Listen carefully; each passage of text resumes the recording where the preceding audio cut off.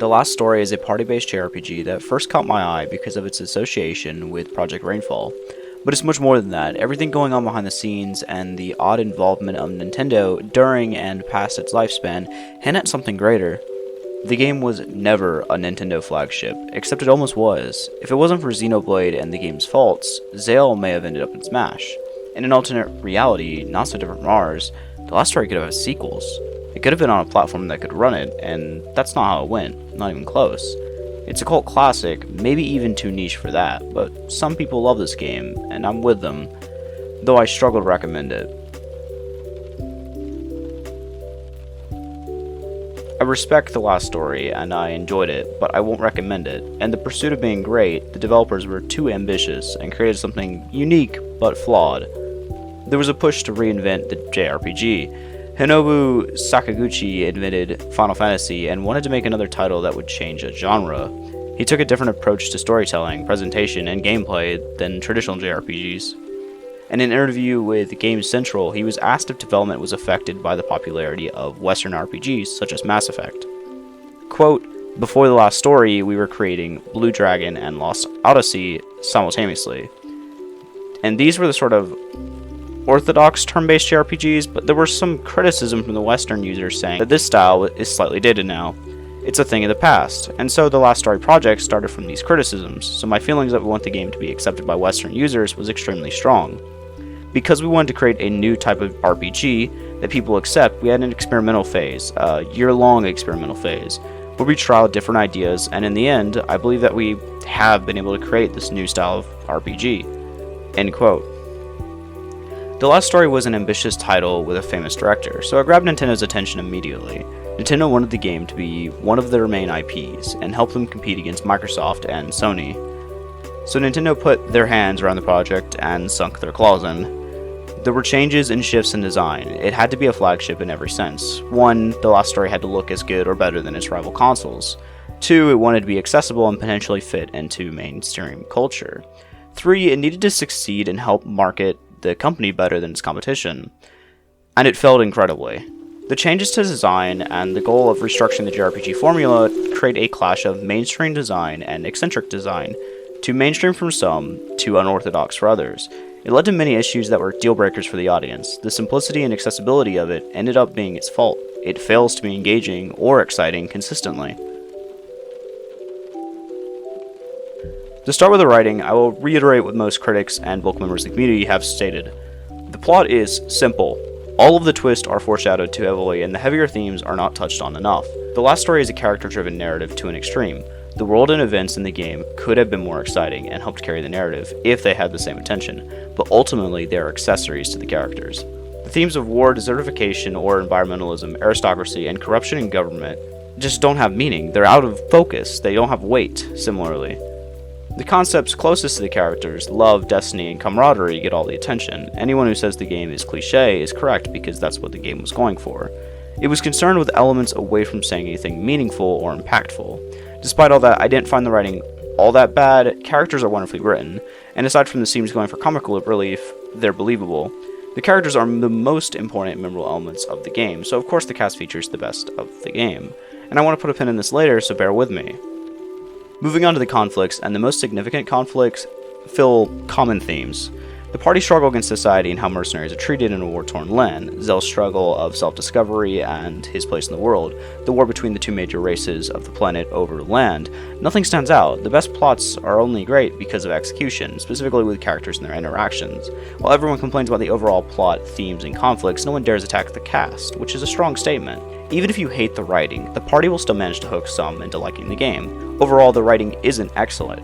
There's a lot of hidden lore, unspoken ideas that could contribute more to the plot, and the potential to be so much more profound. With more time, they may have been able to release a story that provoked deep thought and challenged convictions. Instead, it was a 20-hour JRPG that will forever be criticized for not being overly offensive, but for being mediocre and a mostly offensive game.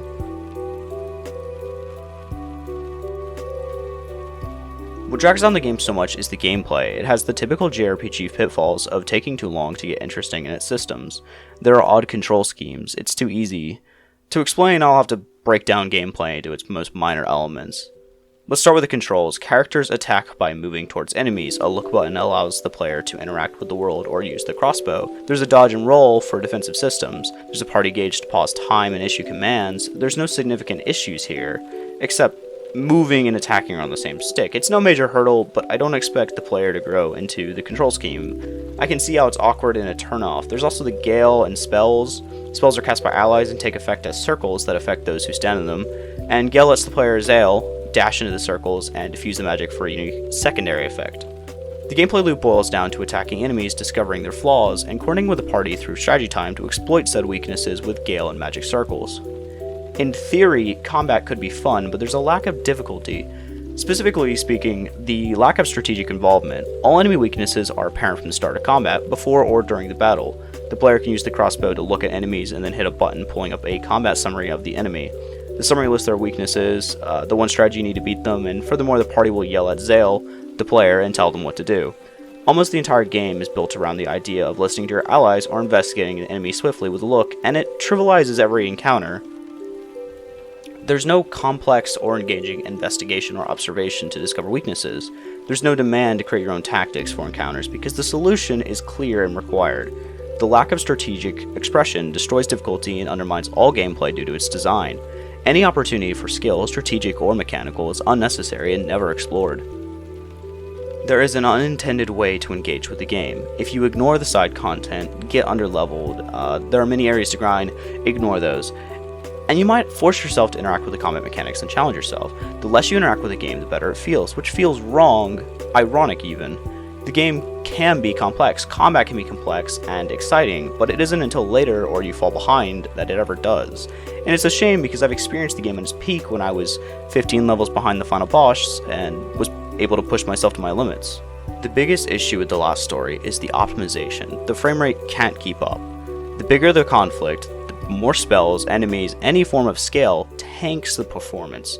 I've played many unoptimized games, and when the last story runs poorly, it runs as well as about a PS3 emulator relying on my corrupted 1050. It's very bad.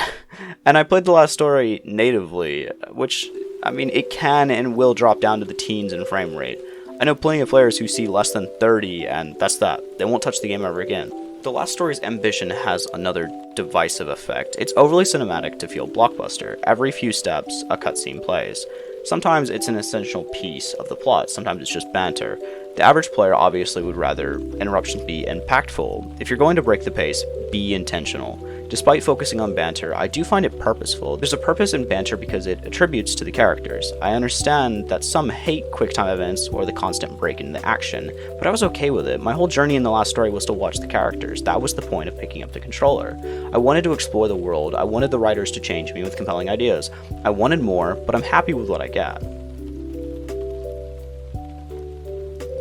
And one of the most robust features of the last story, despite its optimization issues, is art direction. Character designs are anime, a bit stylized but still traditional for the genre. They're well done and one of the most attractive features in the game, and they grow with their beauty and detail because of gear progression. Each character has a different look for every armor set, and there are visible differences between leather armor and leather armor plus 1. There's a ton of attention to detail here, and I adore the effort behind the look of the cast. I titled this section World Building, but I actually just want to talk about the architecture of the game. I do like the environments and set pieces, and I think the architecture is the most interesting element of the two. It doesn't rival Fallout or The Division's attention to detail, but it looks marvelous and I wanted to bring it up quickly. There are many effects and a strong lighting engine to back up the game. It could be argued that it's one of the most robust graphical systems on the Wii. And seeing as how the system crumbles under its pressure, it's a shame that something that looks so novel and beautiful failed utterly. To some, it's got a powerful identity, even for a JRPG that has an anime look. It's attractive due to its attention to detail and design. The last story's focus on immensing with solid characters in a creative world. What else is there to say?